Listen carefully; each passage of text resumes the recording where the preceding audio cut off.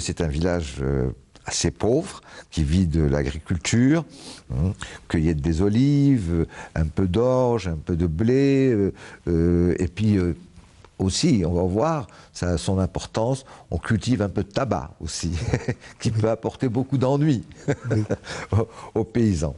Et vous partez à partir d'une famille assez, là aussi, assez typique, avec le personnage principal qui va être Idir, sa famille, sa femme, Zahra, sa mère, Taous, son frère, Ahmed, et puis son fils, Saïd. Mais ensuite, on va élargir ce cercle et familial et de ce monde, de ce petit village.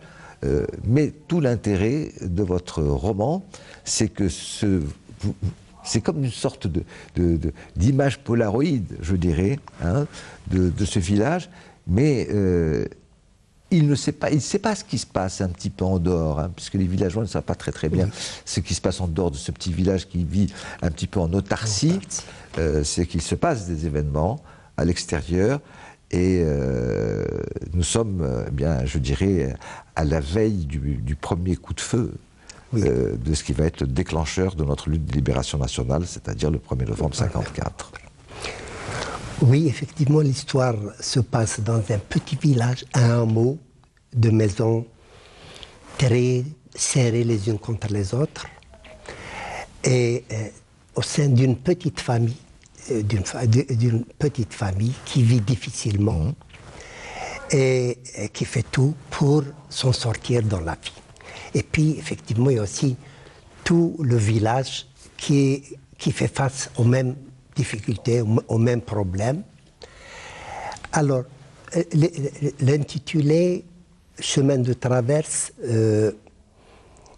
dans le dictionnaire, la signification, la définition ordinaire, c'est raccourci. Et c'est pas ça que je vise. Alors, les deux mots rassemblés, chemin de traverse, c'est raccourci, mais pas au sens route, grande route, au sens d'un chemin, d'un sentier muletier.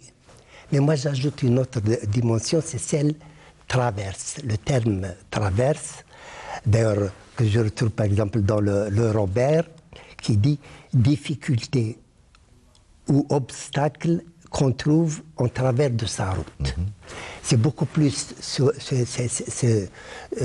mouvement avec plein d'imprévus, plein de difficultés par la nature, pluie, orage, et puis difficultés par rapport à ce que rencontrera Idir tout au long de son déplacement. Et les autres membres de sa famille. Et les autres membres de sa famille. Pour la thématique, au niveau de la trame, si vous permettez que je bien sûr, c'est vous le maître du jeu, c'est vous l'invité. Hein. Alors, il y a deux volets, peut-être deux mouvements. Le premier, c'est le déplacement, la préparation et le déplacement de ce jeune garçon qui va vers un souk d'un village plus grand, d'une ville, écouler une marchandise qui est interdite. Oui. Il n'a pas que ça quand même. Hein. Bon, il a des choses à vendre aussi. Du tabac. Alors, oui, de tabac. Des feuilles de tabac. Des feuilles de tabac. Et puis il va également vendre les kchaba, bernous qu'a confectionné sa femme et sa mère surtout. Ça se passe en une seule nuit, du crépuscule à l'aube. C'est une nuit, c'est la nuit du 31 octobre au 1er novembre 1954. Et cette nuit-là, qui commence avec un vent violent, qui se termine, après on va en parler, par un clair de lune fantastique. C'est un peu la nuit coloniale du point de vue de la symbolique. Alors, le premier mouvement, donc, c'est la préparation et le voyage, qui se déroule de bout en bout du récit. Et c'est limité dans le temps, c'est un peu comme si on revenait au théâtre classique. Oui, l'unité de temps, l'unité de lieu. L'unité de lieu, l'unité d'action. Absolument. Oui. Maintenant, il y a tout au long de ce mouvement premier qui est le déplacement du jeune avec son frère Ahmed, il y a des flashbacks, des retours en arrière. Des retours en arrière, plusieurs retours en arrière. Il y a des chemins de traverse. Voilà, des retours en arrière qui montrent plusieurs situations, parfois développées. Oui, on va voyager même à Paris, on va voyager à Alger, on va aller, retourner en arrière jusqu'à la création de ce village avec les 3 frères rebelles contre la Régence. La loi, oui, contre la Régence.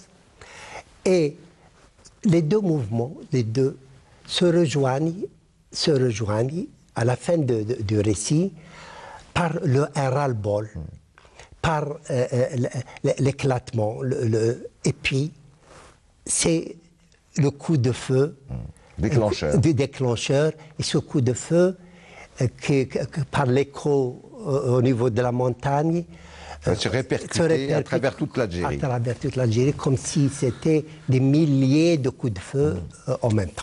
Alors, moi, vous venez de nous donner l'explication de votre titre, pourquoi vous avez choisi ce titre, le chemin de travers, mais c'est aussi, n'est-ce pas aussi plutôt question, comment, voilà, c'est surtout autour d'Idir que va se focaliser votre roman, c'est de se dire, on nous a obligés, on va voir qui c'est, c'est-à-dire l'ordre colonial, nous a obligés à prendre, malheureusement, des chemins de traverse, parce que trop c'est trop. Parce que quand vous narrez dans votre roman, c'est une vie très tranquille, en fait. Au fond. Mais il y a un moment donné où il y a 1, 2, 3 éléments perturbateurs, je dirais même plus incitateurs à la violence. On va voir qu'il va y avoir le chef, le brigadier en chef de la gendarmerie, un gendarme qui est franchement un monstre total, une sorte de nazi. Et puis il va y avoir un garde champêtre qui est un vendu.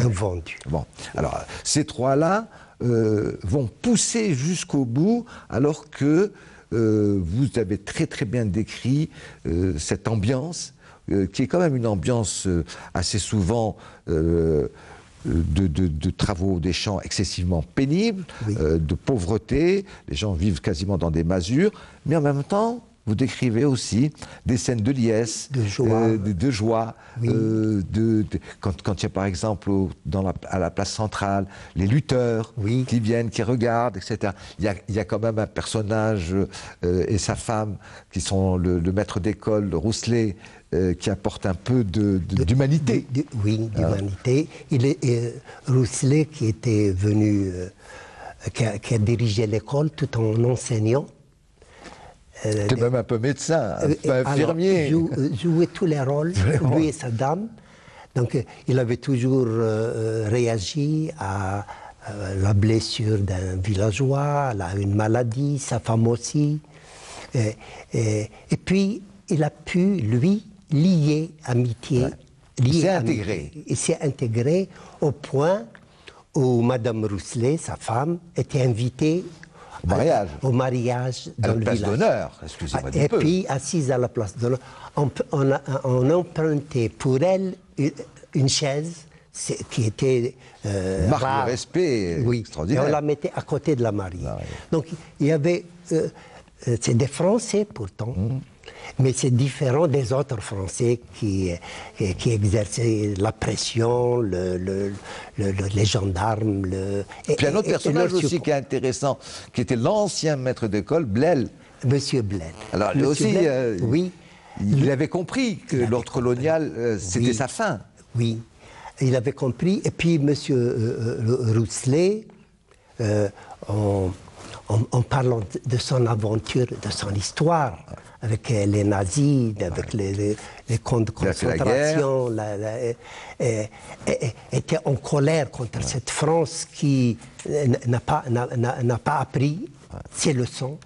Bah, c'est sa première leçon qu'elle donnait à tout le monde. Liberté, égalité, fraternité. Elle ne la mettait pas en concret avec ce qu'elle appelait les indigènes, malheureusement. Les indigènes. Alors, c'est vrai que votre roman, Khaled Graba, alterne entre des moments très difficiles, hein, où on voit la pénibilité de la vie quotidienne des gens de ce village et de cette petite cellule familiale.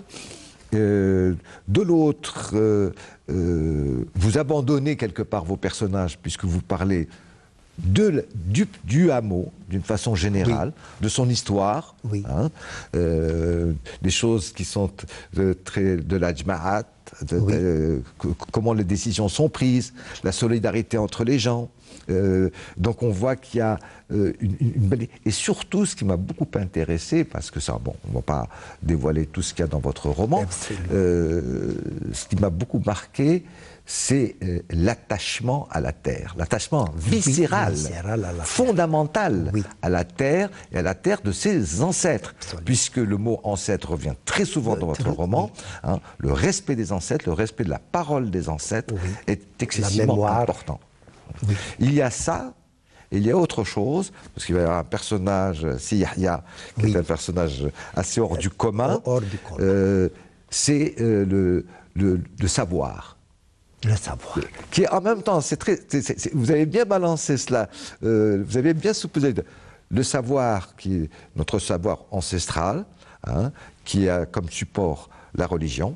Oui. Hein, puisqu'on va voir que Yahya va être même plus ou moins un élève de Ben Badis, etc. Et puis le savoir moderne, celui de Rousselet. Et qui ne sont pas en contradiction. D'ailleurs, à un certain moment, au moment où il était question de construire une école à Tachgout, c'était un problème monstre parce que le seul endroit où on pouvait ériger cette école, c'était la place du village. Le lieu où a été bâtie la première maison par les ancêtres fouillards hors la loi. Ils sont venus se réfugier sur un pic de montagne infesté de bêtes sauvages. Et on pose la question, on a, pour une fois, s'agissant de l'école, de savoir, on a mêlé le cheikh du Jama', le cheikh de la mosquée, à une discussion de Tajma'. Mais parce qu'avant, les choses du village, le cheikh et la religion ne se mêlent pas. Et puis, on parle du bien et du mal, d'une école de savoir. Et un jeune pose la question, brutalement, énervé, hors de lui, en disant Cheikh, s'il s'agit de la langue française, de l'enseignement de français, parce qu'ils savent ce que les Français font autour de gendarmes, etc. Et le cheikh qui dit, nous avons appris l'arabe, nous apprendrons le français, ça ne nous empêchera pas de rester des Ethiourlaines. Donc, et puis, ça s'est arrêté là, décision prise, l'école a été construite, arrivent 2 ou 3 enseignants, puis M. Rousselet, qui a bouleversé. Oui. Maintenant, pour revenir à la maison, la maison, en ce temps-là, elle retrace un peu le mode de production et le mode de vie des citoyens.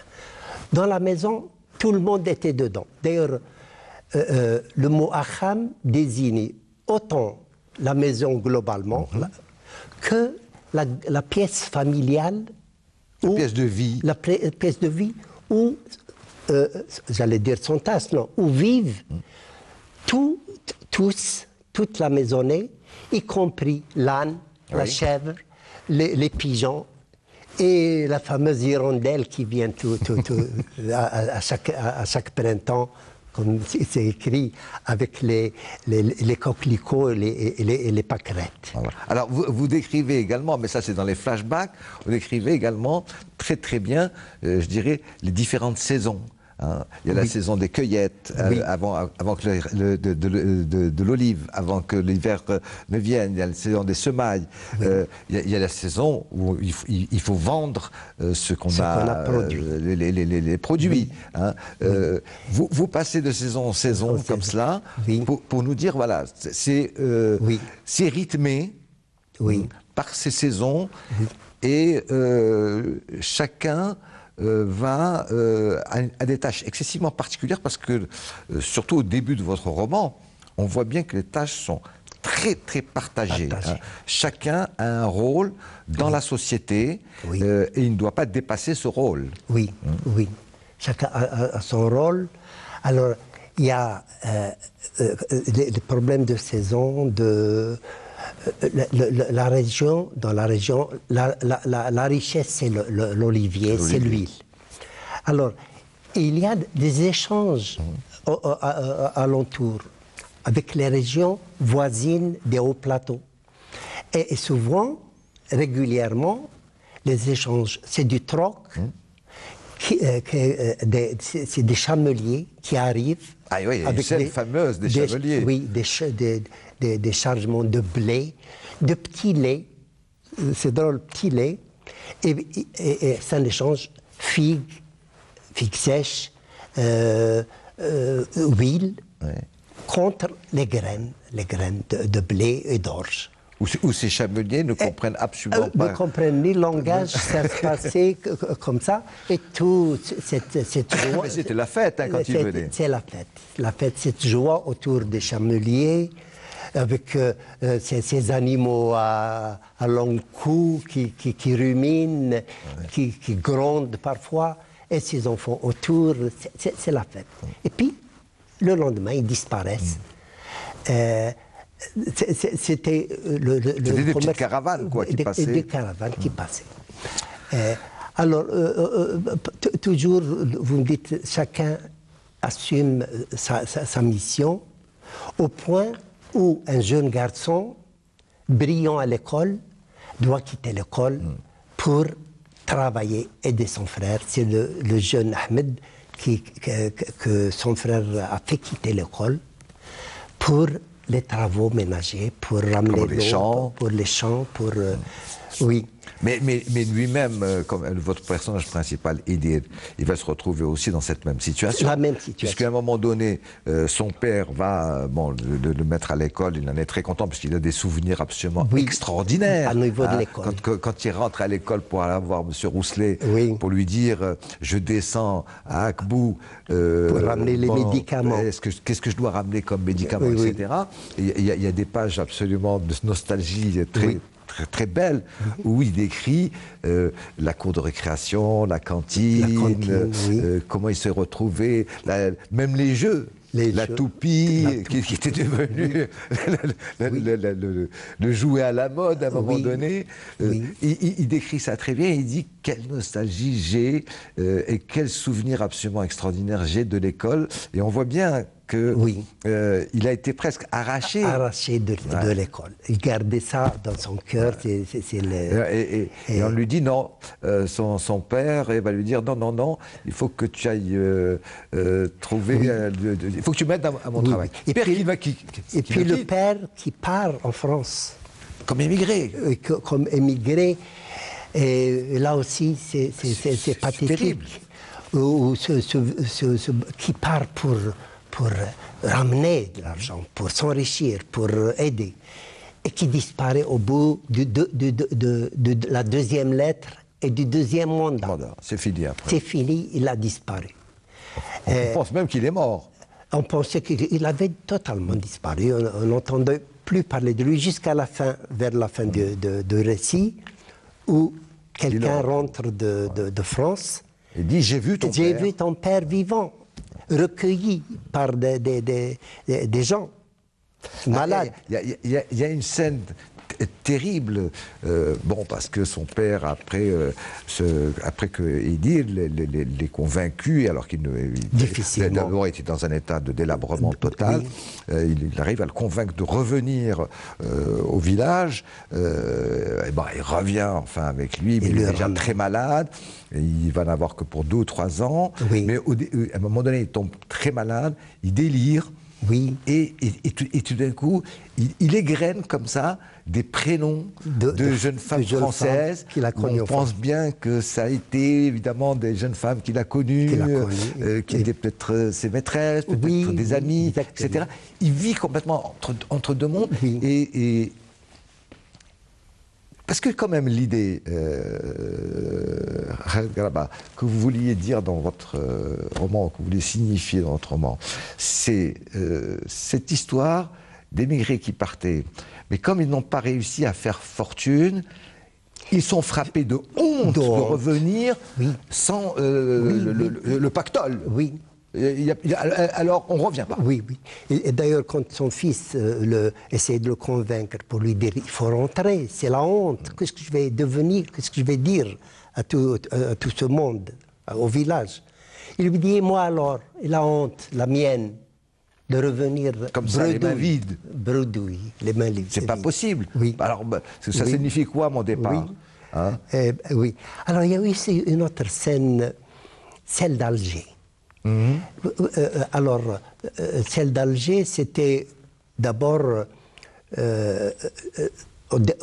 quand Moussa disparaît, donc part en France, sa femme, Taous, est alarmée, elle ne sait plus quoi faire.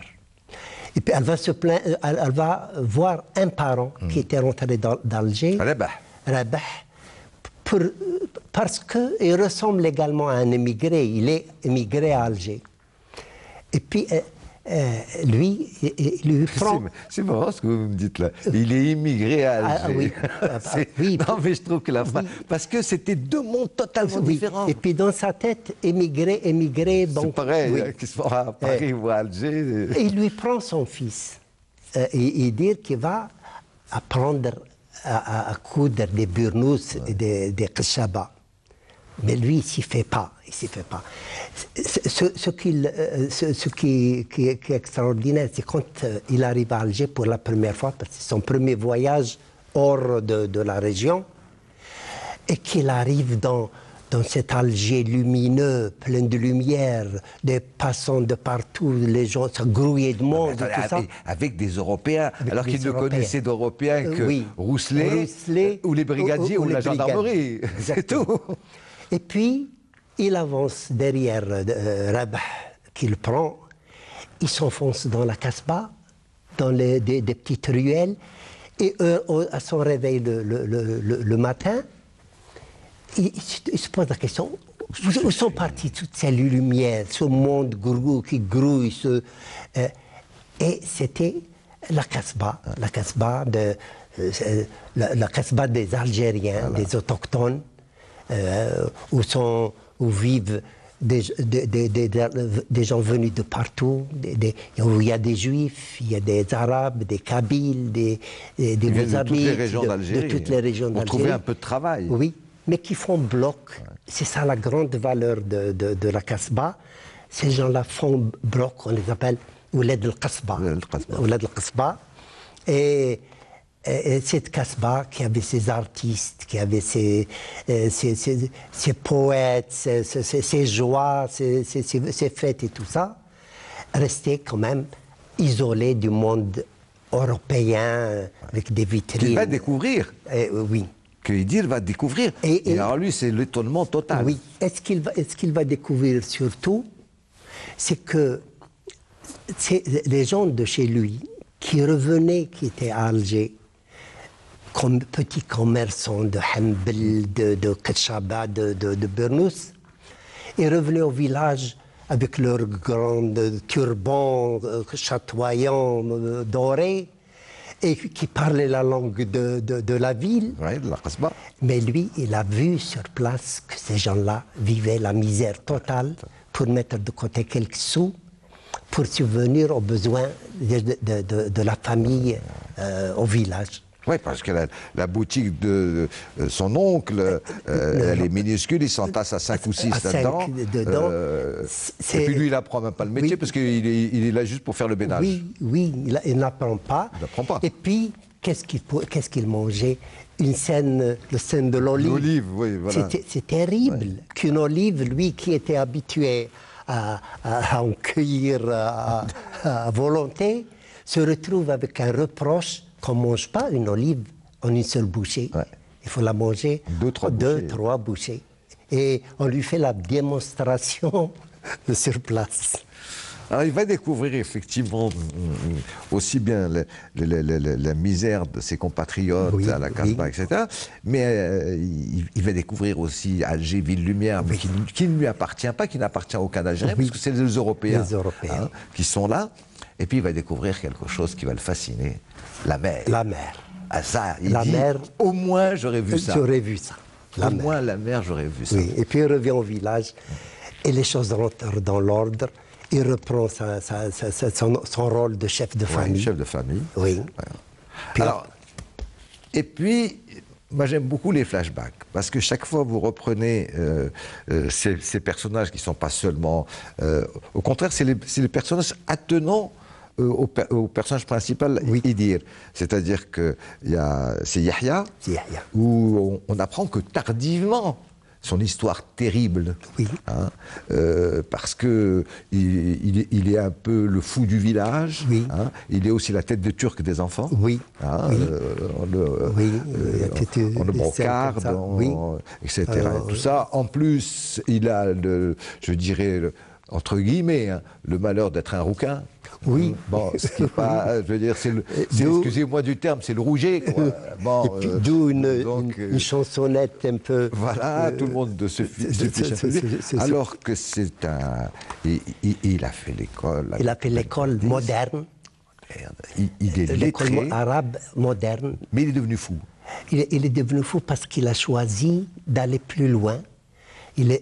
Après avoir écouté le discours de Ben Badis lors de l'inauguration de la Médersa de Jamaït al-Ulama à Qala Nat Abbas, il est retourné au village pour créer sa propre Médersa à l'image de celle de Qala. Et puis il a rejoint Constantine et les gens de Jamaït al-Ulama, les ulama. Et là, il est pris par la soldatesque, mis en prison, maltraité. Mais ça, il n'en parle pas. Toute personne le sait en réalité. On sait que jamais il n'a raconté ça. Non, il ne pouvait pas. Il est revenu pratiquement fou.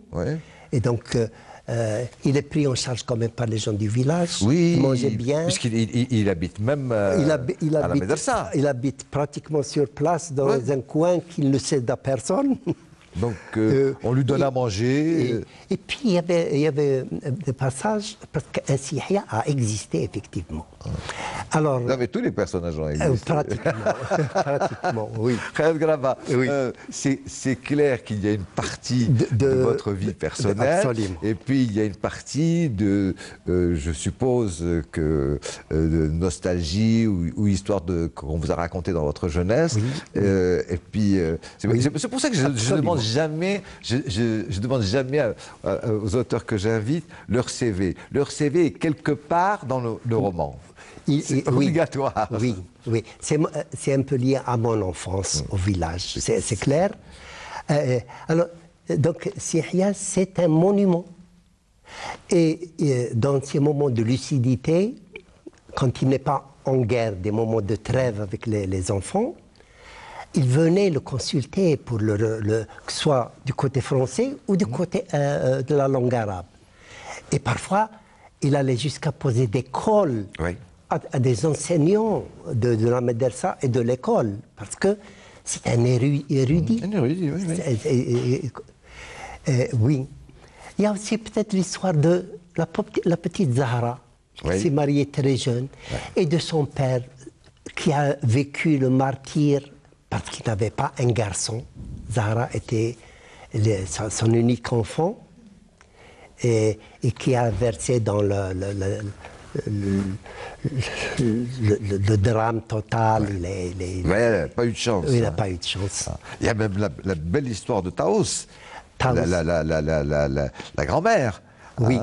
Elle aussi, mariée très jeune, oui. avec une vie parsemée de malheurs. Oui. Le plus grand des malheurs, c'est son mari qui la quitte, à la fleur de l'âge quand même. Il est parti jeune, Moussa. Il est parti jeune, croyant aller vers l'Eldorado, vers la richesse, vers... alors, oui. ça, vous sublimez, mais... La femme. Ah oui, vous sublimez le courage de la femme kabyle. Vous dites, bon, c'est elle qui sont obligés de prendre en charge la totalité de la maison, etc. Oui. C'est vrai que ce sont des hommes, mais on voit bien que les hommes travaillent au champ, etc., mais les femmes aussi. Les femmes qui travaillent. La maisonnée, elle est entre les mains de la femme. Et tout ce qui se passait dans la maison, c'est la femme. Et puis, elle faisait attention à tout. Elle se débrouillait pour faire face, pour ne pas paraître misérable vis-à-vis des voisines ou des parentes. Donc, le rôle Et puis, il y avait tout ce rôle-là qu'elle a mené quand la femme de son frère est tombée malade. Oui. La mère de Zahra. Elle est tombée malade, d'ailleurs elle ne pouvait plus enfanter, d'où le drame de l'oncle oui, parce que lui, il a pris en charge plus ou moins Idir, parce qu'il est devenu un peu entre son tuteur et son fils, parce qu'il n'avait pas de fils. Oui. C'était Idir qui avait remplacé tout. Lui a tout cédé, ses parcelles de terrain, ses jardinets, y compris sa mule, la pauvre parce mule. Parce qu'il y a une fameuse mule qui est importante, parce que sans elle, il n'y aurait rien. Non, sans elle, il n'y aurait rien. Et puis, peut-être, il y a un épisode, il y a 3 titres qui sont consacrés, 3 chapitres qui sont consacrés à des animaux. Il y a Tonko qui est un âne superbe. Appelé comme ça parce qu'il est tellement costaud qu'il ressemble à un tank. Il ressemble à un tank. Il y a eu Lion, ce chien, gros chien, un peu... Enfin, chien de berger, quoi, c'est bon, adorable. Mais là, je ne veux pas que vous racontiez l'histoire. Oui, je raconte pas l'histoire. Parce qu'il faut que moi... Et puis, il y a à la fin... parce que c'est une histoire terrible. Terrible. Oui. C'est franchement... Ce qui est arrivé à Lyon. Et puis, parce qu'il l'a appelé Lyon, parce qu'il avait une crinière. Ouais. Et puis, il y a la jument blanche. La jument blanche, c'est l'Algérie. Oui, c'est tout le monde peut le comprendre et de deviner. La jument blanche qui est passée quand même des mains d'un misérable vers un authentique du pays. C'est là où on voit l'aurore, et puis cette jument blanche qui se détache. Alors, je ne veux pas déflorer la fin. Il y a un personnage qui au début on se dit, moi je vous le dis très franchement, comme ça, en tant que critique, je me dis, il l'a abandonné un peu trop tôt, notre ami Khaled Garaba, mais on va voir que par un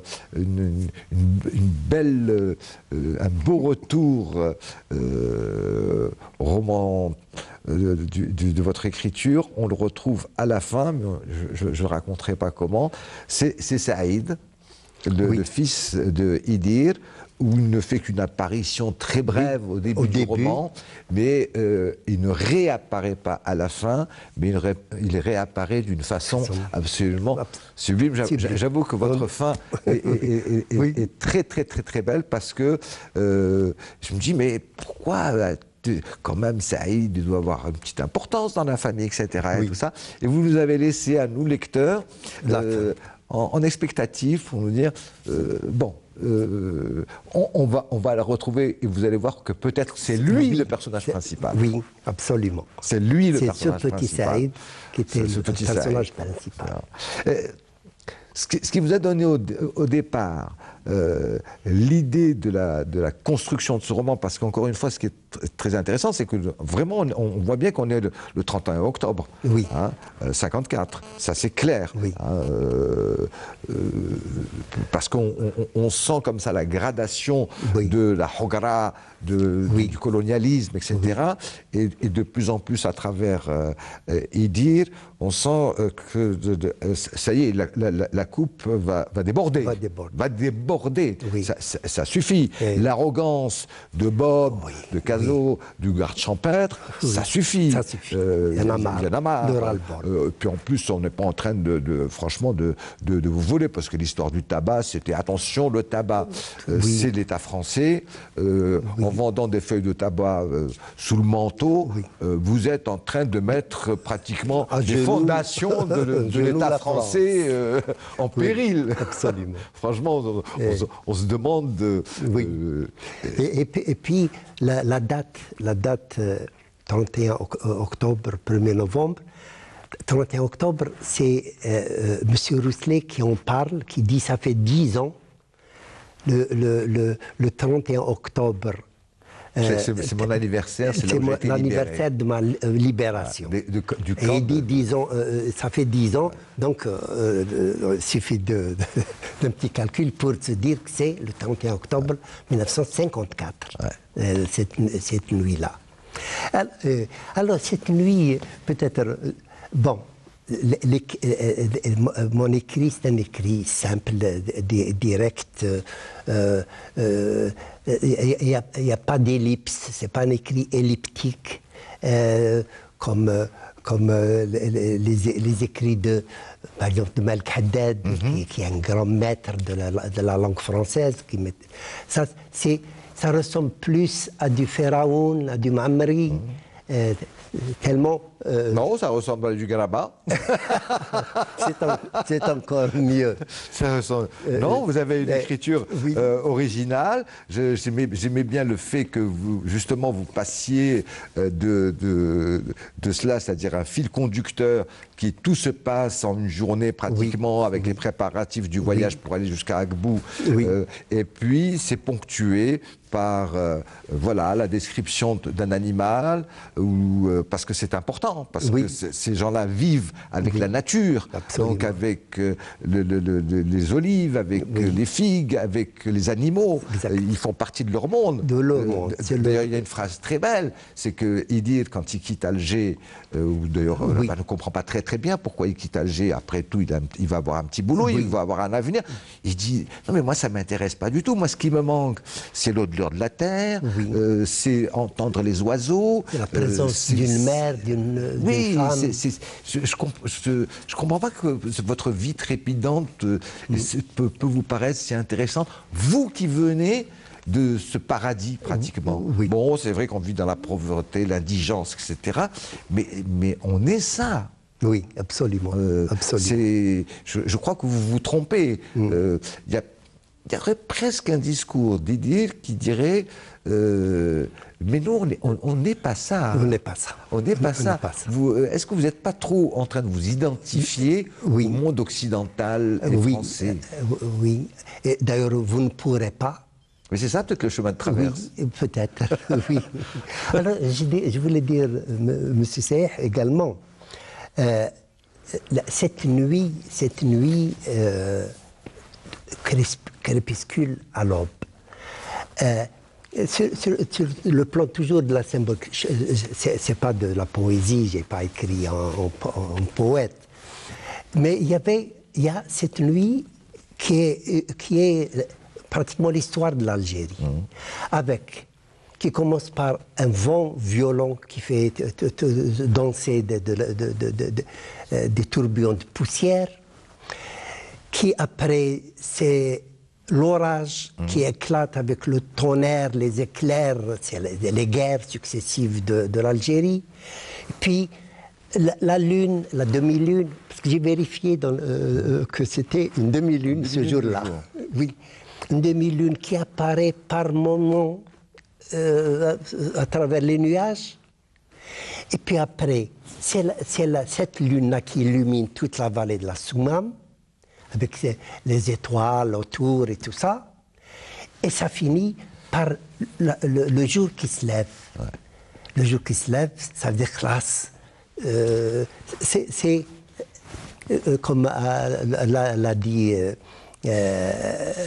Farhat Abbas, la nuit coloniale. La nuit coloniale qui prend fin. Qui prend fin, la nuit coloniale. Elle prend fin avec le lever du jour, mais il n'y a pas encore le soleil, vous remarquerez. Parce que le soleil, on l'attendait. Il va être dur. Il va être dur. Ça va être un long combat. Un long combat pour que le soleil brille enfin. Voilà. Non, mais votre fin, vraiment, c'est parce que c'est un seul coup de fusil, mais un coup de fusil qui est un tonnerre extraordinaire. Et on oublie souvent de dire, ce premier coup de fusil, bon, vous l'avez symbolisé de façon romanesque, je dirais, mais bien sûr qu'il y a eu ce premier coup de fusil qui ne va pas seulement bouleverser l'histoire de cette région, c'est-à-dire notre pays, hein, mais qui va bouleverser y compris tout l'ordre colonial français, et même, je dirais, l'ordre colonial et l'histoire universelle. On l'oublie souvent. C'est-à-dire qu'on ne met jamais la place de la lutte de libération nationale algérienne dans le cadre de l'histoire universelle. Ce n'est que maintenant que dans les pays occidentaux, on se dit ouh là là, il ne faut quand même pas oublier que la France a failli basculer dans une dictature militaire. Oui, la guerre d'Algérie a été...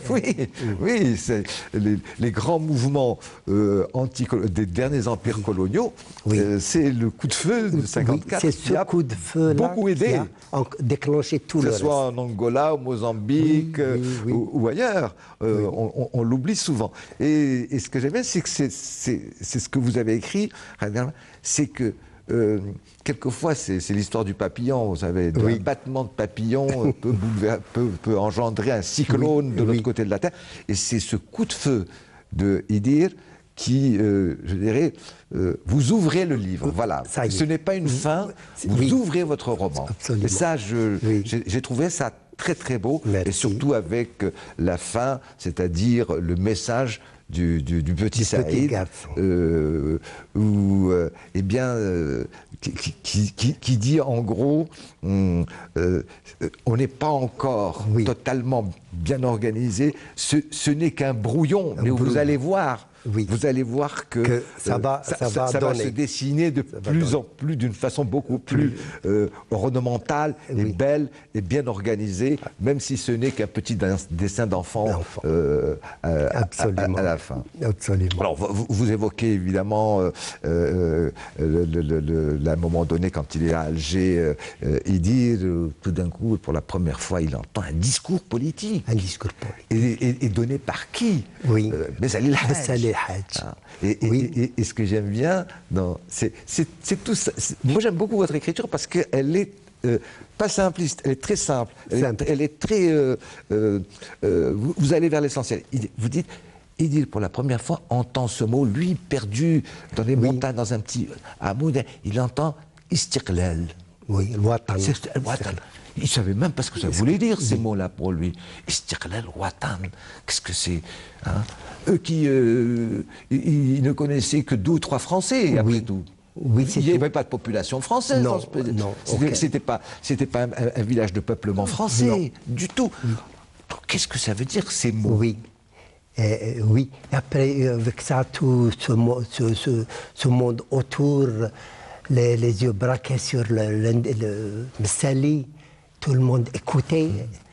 Et Darabah qui les a amenés là-bas était évidemment du PPA. Oui, on voit bien que c'était quelqu'un qui lisait. Il y a la scène de la grotte, de la caverne, qui est très intéressante et qui est justement, vous évoquez ça, mais mais on comprend bien. Oui, on peut comprendre. Qu'est-ce qui commence à se tramer? Qu'est-ce Oui. qui se commence dans la Cette nuit-là, clandestinité? Hein, il y a des choses qui se passent. Absolument. Et lui, il ne comprend pas très bien. Il essaie de voir qu'est-ce qui se passe, Oui, cette histoire-là. oui, Hein? oui. Dans la grotte, lui, il était gêné par 3 personnes qui parlaient un langage qu'il ne comprenait pas. Et qu'est-ce qui prépare ces gens-là? Et qui sont-ils? Oui, voilà. Bon, je dirais que pour moi, si vous me permettez, peut-être que je vais être excessivement réducteur, Graba, parce que nous arrivons au terme de l'émission, mais je vous laisserai le dernier mot, c'est que le chemin de travers, c'est pour moi aussi comment, à travers ce personnage d'Idir, on passe d'un monde enfermé, vivant dans une autarcie, à tout d'un coup l'explosion de la modernité à travers une sorte... Parce que c'est un voyage initiatique. Absolument. Hein, et tout d'un coup, Idir part de son petit village, où il ne connaît pratiquement rien. Hein, et puis, petit à petit, Alaa, Akbou, ensuite Alger, etc. Et puis, même, il va à Paris, même, etc. Il va à la découverte de la modernité, il se dit peut-être qu'il ne faudrait pas accepter l'état dans lequel on est. On est là.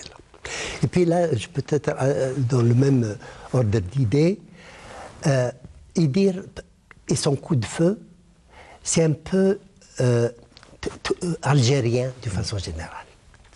Son coup de feu a éclaté partout. C'est Idir qui s'est démultiplié à travers le territoire. Tejgout, c'est un village qui ressemble à tous les villages d'Algérie. On peut situer l'histoire sur les Bibons, on peut la situer sur Beni Snous, du côté de Tlemcen, du côté des hauts plateaux. On veut. Et je dirais quelque chose d'autre, sans prétention. La manière d'écrire et le contenu, c'est très visuel.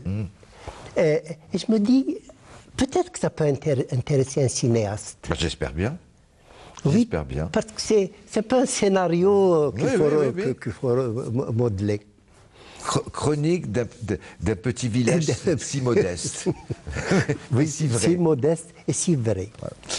Merci mille fois, Khaled Graba. Je rappelle le titre de votre roman, Le chemin de travers, c'est paru aux éditions Casbah. On attend avec beaucoup d'impatience, eh bien, peut-être pas une suite, mais une continuité dans votre travail romanesque. C'est prévu. Beaucoup d'éléments sont déjà réunis pour une sorte de trilogie, triptyque. Voilà. La suite, puisque celui-là, il ouvre. La fin ouvre quelque chose. Peut-être si j'arrive à avoir des moments de calme, de paix, surtout au village où je vis en partie. Je vis moitié Alger, puisque je suis né à Alger. Je me dis algérois, mais je me dis de montagnard. C'est vos racines, c'est vos racines. Hein. Oui, donc peut-être que la suite suivra encore les aventures d'Idir et de son frère Ahmed. Merci encore, Khaled Graba. Merci à vous pour l'invitation, merci pour l'amabilité avec laquelle vous m'avez reçu. Nos discussions à titre personnel avant l'émission, c'est très gentil. Et je vous remercie, vous et votre équipe. C'était un vrai plaisir. Merci. Voilà, nous arrivons au terme de l'émission. Merci de nous avoir suivis pendant 7 heures. Je vous donne rendez-vous à la semaine prochaine pour un nouveau numéro d'Expression Livre. Et comme je dis toujours, même jour, même heure, et puis même punition. Et bonne lecture. Bonne lecture, surtout, ça c'est très important. Et je vous renouvelle une nouvelle fois, au nom de toute l'équipe d'Expression Livre, nos meilleurs vœux, un peu tardifs, certes, santé, prospérité, bonheur à l'occasion de l'Aïd. Merci et restez bien à l'écoute et à la vision de la suite des programmes de votre chaîne préférée, à savoir Canal Algérie. Merci.